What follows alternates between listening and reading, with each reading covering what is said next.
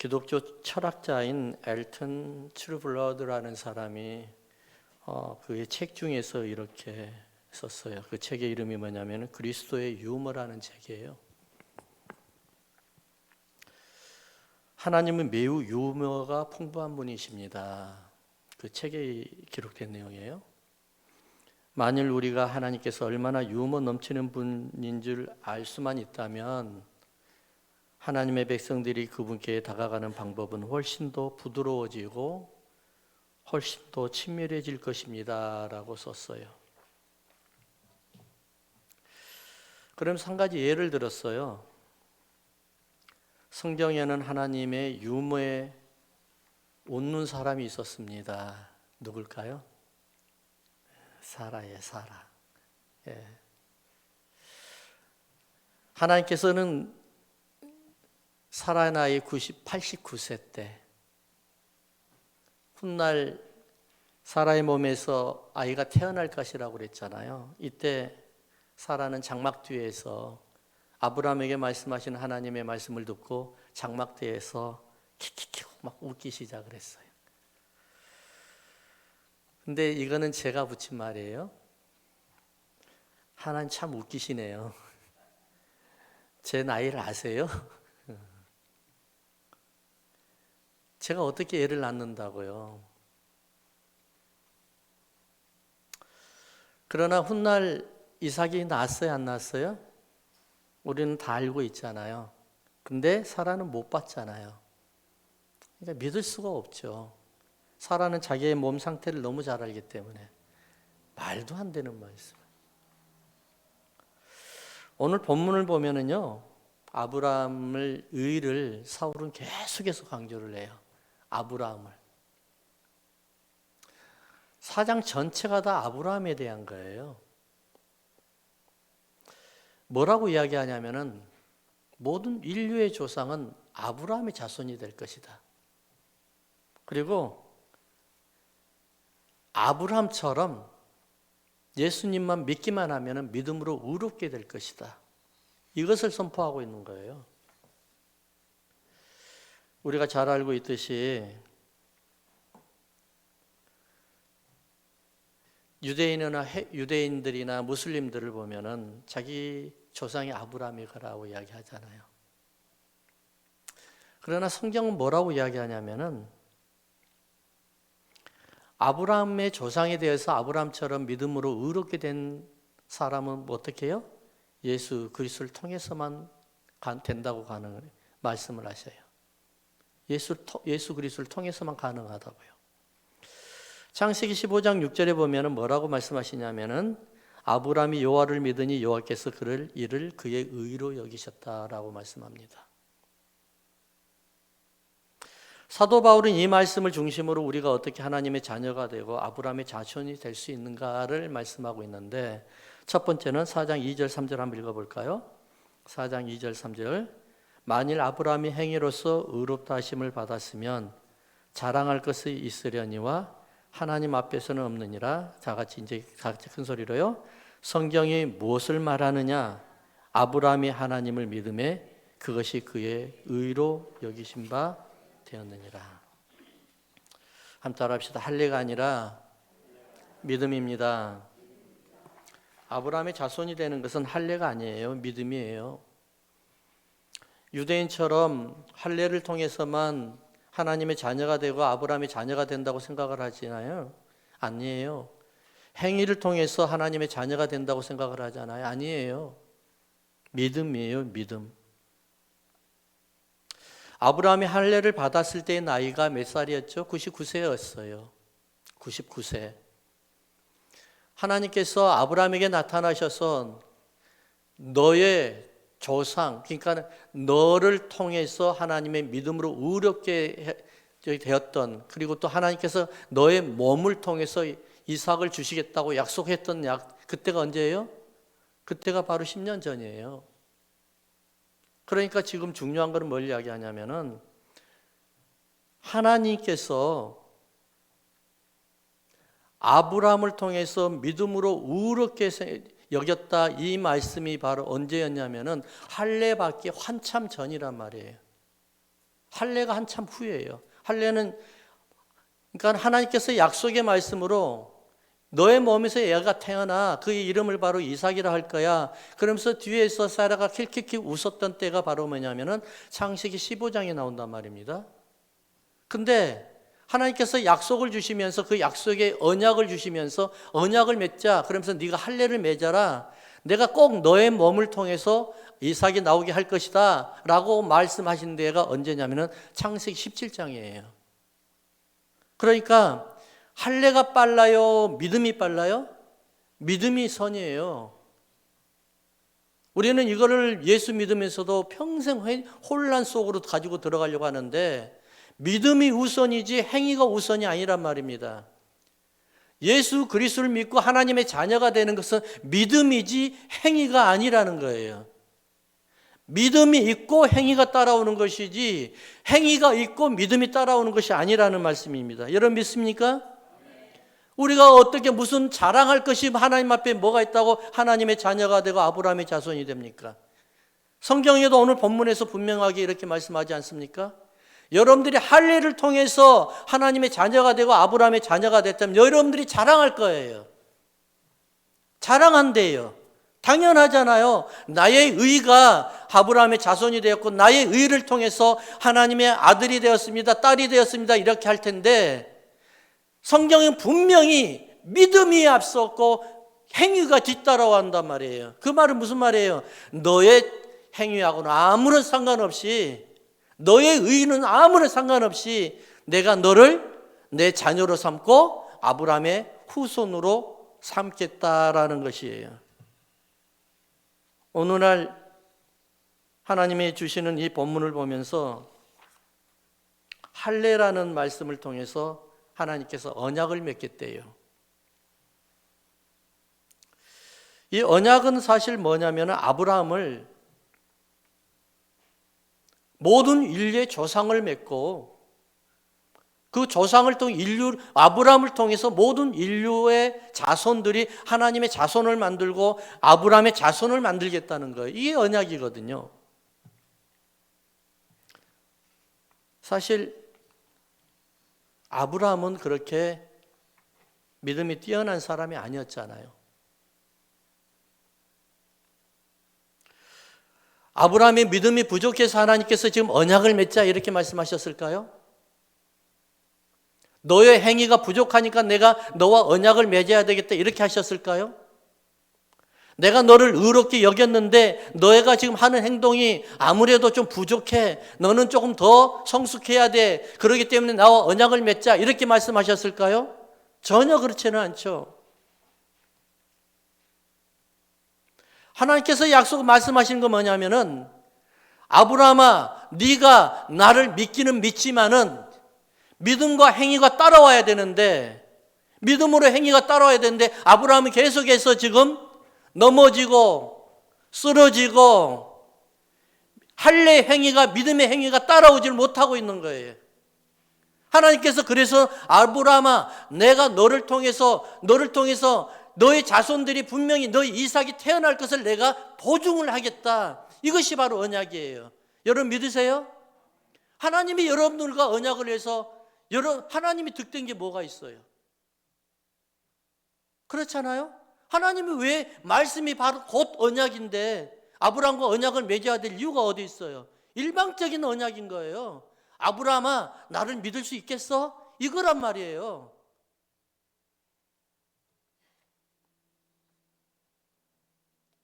그럼 하나님께서 아브라함에게 갑자기 너의 몸을 통해서 자녀를 주시겠다고 하시면서 아브라함에게 언약을 맺자는 이유,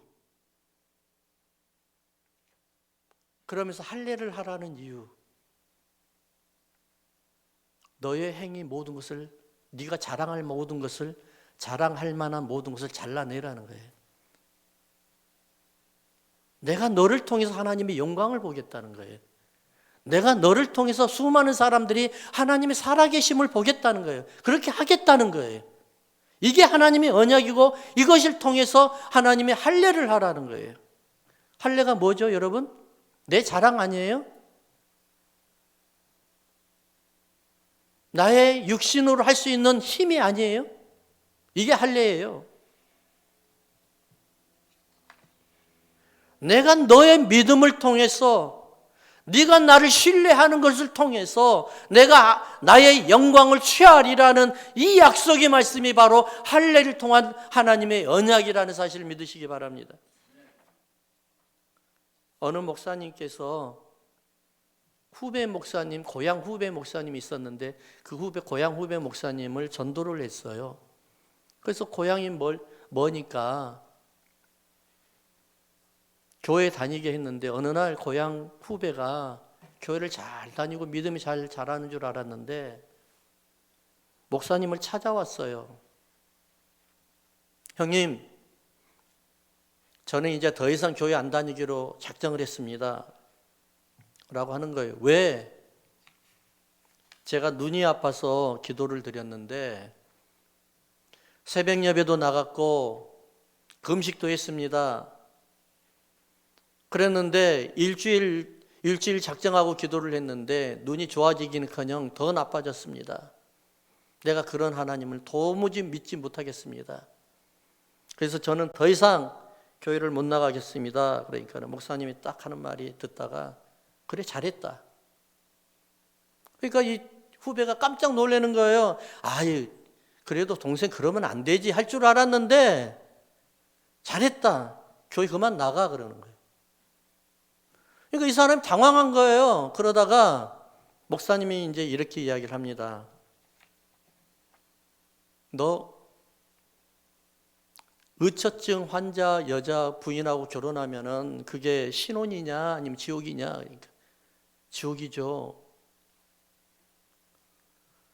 남편이 회사 나가면은 매일같이 분당으로 전화를 하는데 일을 할 수 있겠어 없겠어? 못하죠.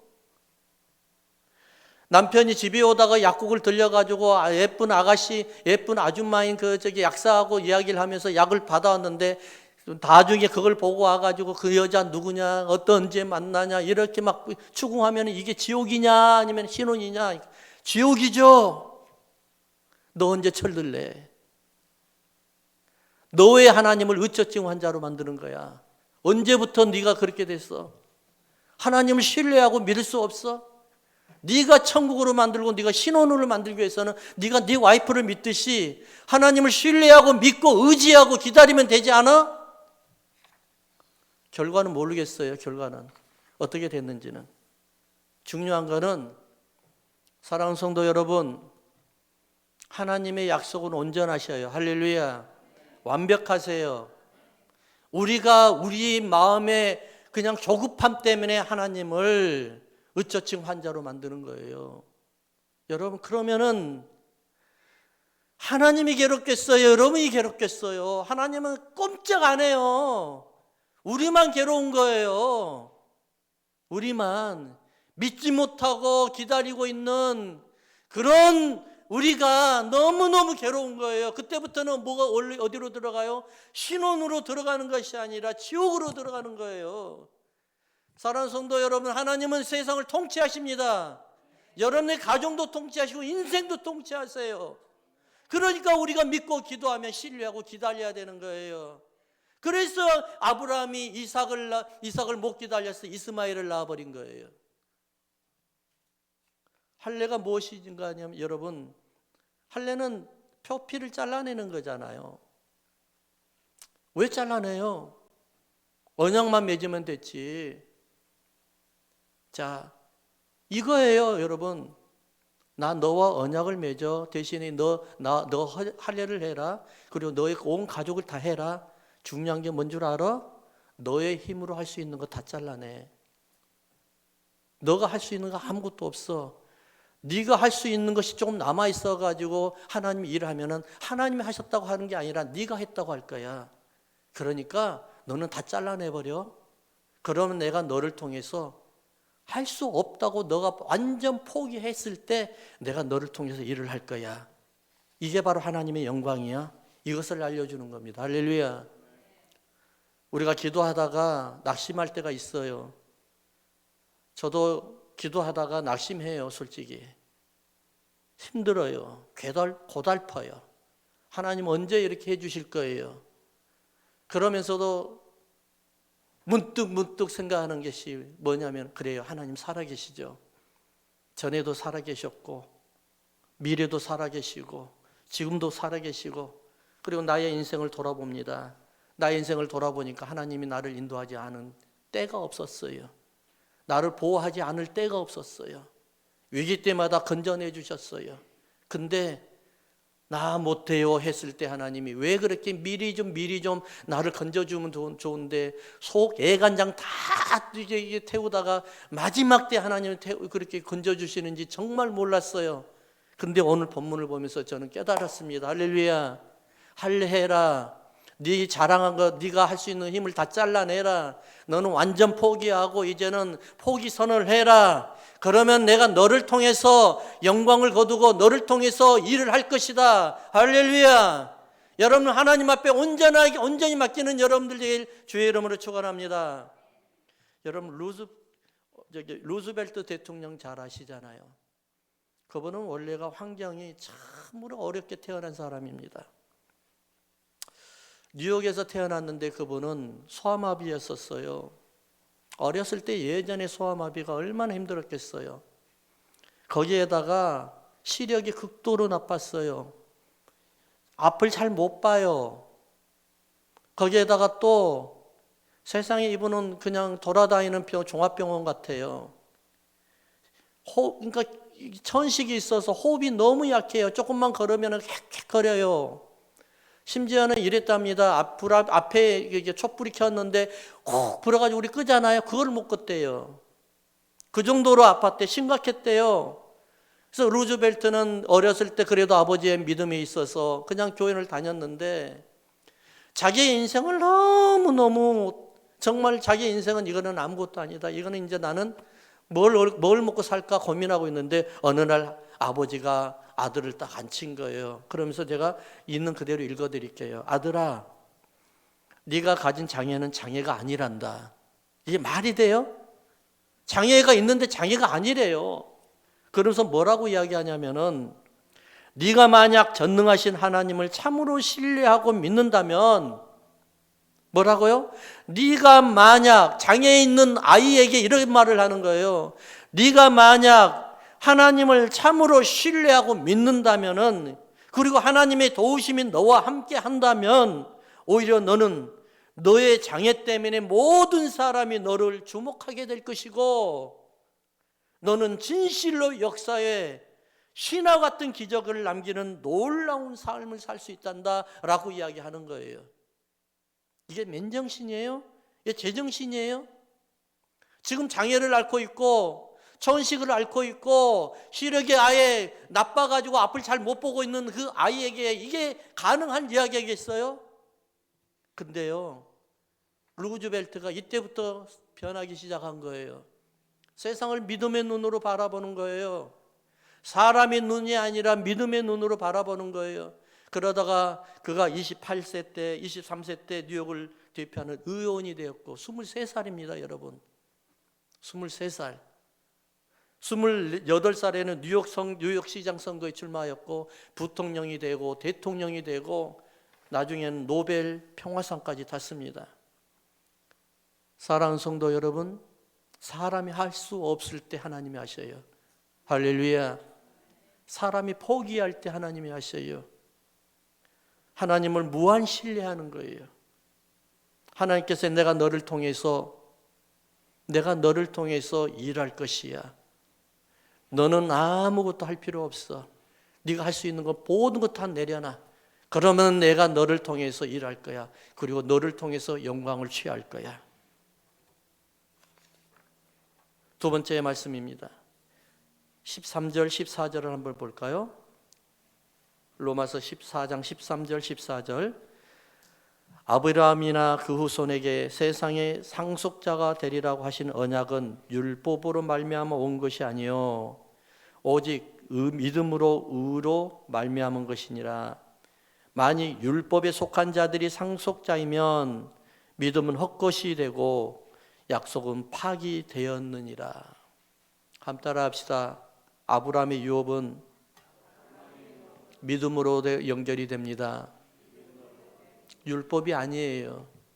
하나님께서 여러분들의 아브라함의 자손 되게 하는 것은 바로 여러분들에게 하나님의 아브라함에게 주셨던 유업을 얻게 함이 위하여요. 사실 우리가 아브라함을 알면은 참으로 실망합니다.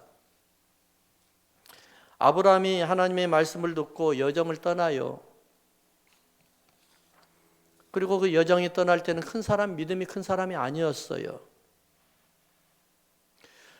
하나님의 말씀을 믿고 여정을 떠나기는 했지만, 가나안으로 가기는 했지만, 그는 가나안에서 가뭄으로 인해서 애굽으로 도망가 버려요. 하나님의 말씀 신뢰하지 않았어요. 어느 날 또는 자기의 생명의 위협을 느끼고 아내를 와이프를 누이라고 속여요. 하나님의 약속을 어겨서, 약속을 믿지 못하고 신뢰하지 못해서 이스마엘을 낳아요. 하갈을 통해서. 여러분이나 아브라함이나 똑같은 인생이에요. 똑같은 사람이었어요. 믿음이 크지도 않아요. 믿는 것 같은데 어떨 때는 안 믿는 것 같고, 안 믿는 것 같은데 믿는 사람이었어요. 근데 어디서 아브라함이 하나님 앞에 인정받게 되느냐? 창세기 22장이에요. 모리아 산으로 데려가는 이삭을 번제로 드리기 위해서 올라가는 그 모습이에요. 아브라함은 실질로 이삭을 하나님 앞에 번제로 태워서 죽이려고 했어요. 바치려고 했어요. 횃불과 나무를 짊어지고 올라갔어요. 아버지, 번제로 드릴 양은 어디 있습니까? 아버지, 하나님께서 준비하실 거다. 친히 준비하실 것이다. 그래서 이삭을 속였어요. 올라갔어요. 그리고 진짜 칼을 들어서 이삭을 찌르려고 할 때 아브라함아, 아브라함아 소리를 쳐요. 이제야 네가 하나님을 나를 경외하는 줄 알았노라, 이렇게 하는 거예요. 하나님을 신뢰한 지 이제 알았다는 거예요. 어떤 사람이 처음부터 큰 믿음이 있을 수 있어요? 믿음이요? 저도 목사를 하면서 그나마 조금 나아진 게 이 모양이지 예전에는 정말 형편없었어요. 믿음? 목회 시작하면서요, 믿음이 있는 것 같이 갔지만 지금 생각해 보니까 믿음이 아니라 나의 감성이었었어요. 감성. 아까 우리 목사님 말씀하신 기도할 때 나의 감성, 그거였었어요. 그러면서 성도들한테 날 따라오라 이렇게 소리를 쳤지만은 심지어 설령 내가 가니까 어려움이 당하면은 그냥 펑펑 울기 시작하고 무릎 꿇기 시작하고 그냥 넘어지고 지치고 쓰러져서 금방 내일이라도 지구가 멸망한 것 같이 그렇게 시름시름했었어요.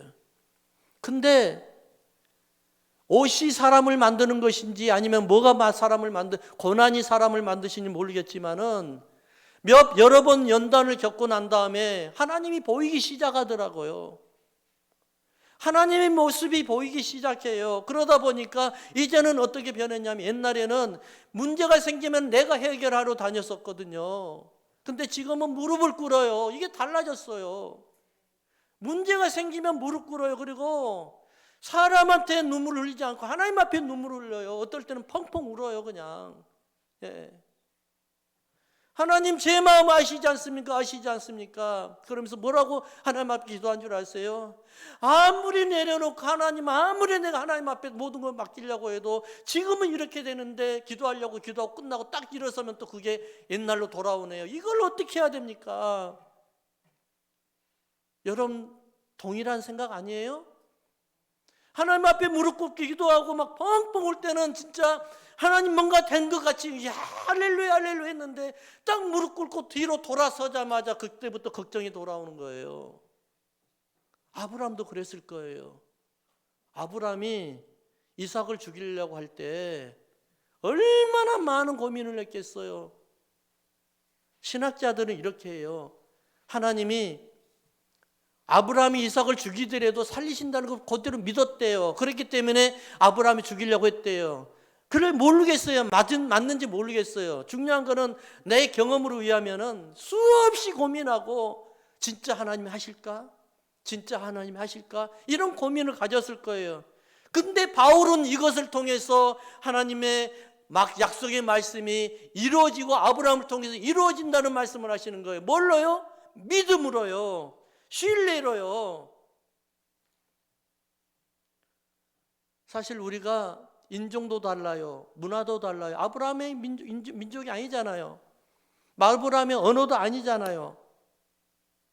근데 어떻게 우리가 하나님의 자녀가 되면 아브라함의 후손 유업을 얻을 수가 있다고 할 수 있어요? 이게 말이 되는 겁니까? 말이 안 되는 거예요, 여러분. 인종이 어떻게 바뀔 수 있고 문화가 어떻게 바뀔 수 있어요? 못 바뀌어요. 평생 살아왔던 그 문화는 평생 가지고 가는 거예요. 안 바뀌어요. 제가 어느 날 친구들하고 뭘 하다가 잠깐 뭔가 좀 급한 일이 됐어요. 그러니까 급하니까 어메 그랬거든요. 우리 사투리가 어메예요. 큰일 나면 어메 그러거든요. 나도 모르세요. 어메 가고 튀어나오는 거예요. 이게 안 바뀌어요, 여러분. 안 바뀌어요. 나는 다 바뀐 줄 알았는데 내 의식 속에서 이걸 자리 잡고 있는 거예요. 선교제 가가지고요, 제가 스페니시들만 딱 듣다가 어느 날 저 멀리서 한국말 한 소리 들으면은요, 마이크로 들리는, 스피커로 들리는 것 같아요. 짱짱 들려요. 어찌 그렇게 잘 들리는지. 공항에 걷다가 같이 이야기하다 보면 뒤에서 한국말 하는 소리가 딱 들려요. 그렇게 잘 들리는 거예요. 문화 못 속여요. 언어 못 속여요. 근데 하나님께서는 아브라함을 통해서 우리에게 상속을 유업을 주겠대요. 아브라함이 자손이 되겠대요. 사도 바울은 뭐라고 이야기한 줄 아세요? 이것을 믿음이라고 이야기합니다. 할렐루야. 믿음은 모든 것을 바뀌는 거예요. 할렐루야. 믿음은 모든 삶도 바꿔버리는 거예요. 우리의 문화도 바꿔버리고 우리의 언어도 바꿔버리고, 언어가 세상의 언어에서 하나님의 언어로 바꿔버린단 말입니다. 우리가 세상을 어떻게 바라보느냐에 따라서 인생이 달라져요. 믿음으로 바라보면은요, 하나님을 영광을 볼 것입니다. 그러나 사람의 눈으로 하나님 세상을 바라보면은요, 하나님의 영광은 절대로 일어나지가 않아요. 가능해서 가능한 것이 아니라 하나님께서 하시니까 가능한 거예요. 우리가 이것을 믿어야 됩니다. 어느 집사님께서 목사님에게 찾아왔어요. 목사님 목양실에 찾아와가지고, 이분이 기도를 많이 하신 분이에요. 왜냐하면 남편 구원 때문에 기도를 많이 하시는 분인데, 목사님 찾아와가지고 뭐라냐, 내가 하나님을 웃겼더니 하나님이 제 기도를 응답하셨어요 라고 하는 거예요. 무슨 말씀이세요? 그러니까는 이 말 내용인즉슨 이래요. 목사님, 제가요 오랫동안 내 남편 구원을 위해서 기도한 거 알고 계시죠? 알죠. 금식도 하셨고 통곡도 하셨고 울기도 하셨잖아요. 그래서 간절하게 기도한 걸 내가 왜 모르겠어요? 같이 중보 기도했는데 아무리 기도해도 남편이 교회 나올 생각을 하고 요지부동인 거예요. 그러다 보니까 안 되겠다. 그래가지고 남편 신발을 몰래 가져다가 강대상에 딱 올려놓고 그걸 기도했대요. 하나님, 뭐라고 그러냐면은, 주인은 안 나왔어도 이 남편은 안 나왔어도 구두만 나왔으니까 주인이 안 나왔더라도 주인 좀 이 구두를 따라서 나오게 좀 해주세요 라고, 따라 나오게 해주세요 기도했대요. 근데 그 기도를 딱 듣고 기도를 하고 난 다음에 얼마나 자기도 막 우스웠대요. 너무너무 재밌더래요. 하나님, 주인은 안 나왔는데 이 주인은 안 나왔는데 이 신발 먼저 나왔으니까 주인도 이 신발 따라서 나오게 해주세요라고 기도하고 있는데, 자기가 너무 웃겨가지고 그날은 그냥 기도하는 게 아니라 펄펄 웃고 그냥 웃고 있다가 그냥 집으로 돌아갔대요. 근데 갑자기 저녁 딱 먹는데 남편이 와이프한테 밥상에서 그랬대요. 내가 이번 주에는 교회 같이 갈게 그러더래요. 그러니까 이 양반이 미쳤나 그랬대요. 예. 아니 무슨 소리야 그러면서 오케이 그래 가자고 그랬더니만은 그날 진짜 그 주에 나왔대요. 교회 나와가지고 나오더니만 에이 또 한 번 나오고 안 나오겠지 그랬는데 한참 됐는데 지금까지 나온대요. 그러면서 뭐라고 그러냐 목사님한테 간증을 하는 거예요. 제가 하나님, 목사님, 하나님을 제가 웃겨드렸더니 하나님이 제 기도를 들어주셨어요 라는 거예요. 사랑하는 성도 여러분, 하나님 웃겨드리십시다. 하나님은 마음을 보세요. 여러분들 기도가 드리는데 지금 응답 못 받고 계세요? 그러면은 주인은 놔두고라도 그 껍데기라도 데리고 나와보세요. 가지고 나오세요. 나에게는 정말로 힘든 일이 있어요. 껍데기라도 가져와서 하나님 앞에 드려보세요. 하나님, 내가 이거라도 내가 전실한 마음으로 가져왔습니다. 하나님, 이거 왔으니까 주인도 따라오게 하시고 이거 왔으니까 내 문제도 해결하게 따라와서 해결해 주세요. 이러한 기도가 여러분들 가운데 임하시길 주의 이름으로 축원합니다. 반드시 승리할 겁니다. 반드시 승리할 겁니다. 여러분, 왜냐하면 하나님은 여러분들을 통해서 하나님의 영광을 받으시길 원하신 분이기 때문에 그렇습니다.